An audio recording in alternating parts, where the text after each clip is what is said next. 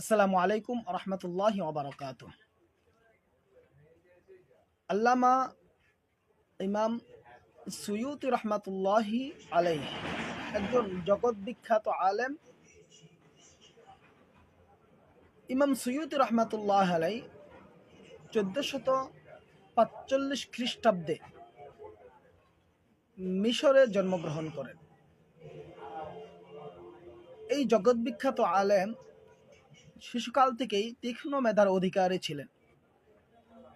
তার প্রভাব দেখা যায় মাত্র 8 বছর বয়সে ইমাম আল্লামা সুয়ুতি রহমাতুল্লাহ আলাই পবিত্র কুরআনুল করিম হিফজ সম্পূর্ণ করে ফেলেন।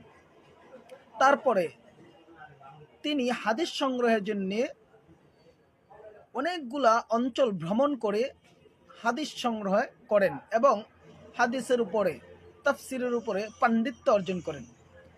ইমাম আল্লামা সুয়ুতি রহমাতুল্লাহ আলাই অনেকগুলা প্রসিদ্ধ কিতাব লিখেছেন। সেই কিতাবগুলোর মধ্য থেকে আল ইতকান একটি কিতাব, যার সমকক্ষ কোনো কিতাব আজ পর্যন্ত রচিত হয়নি। এই মহান মনীষী 1505 খ্রিস্টাব্দ মোতাবেক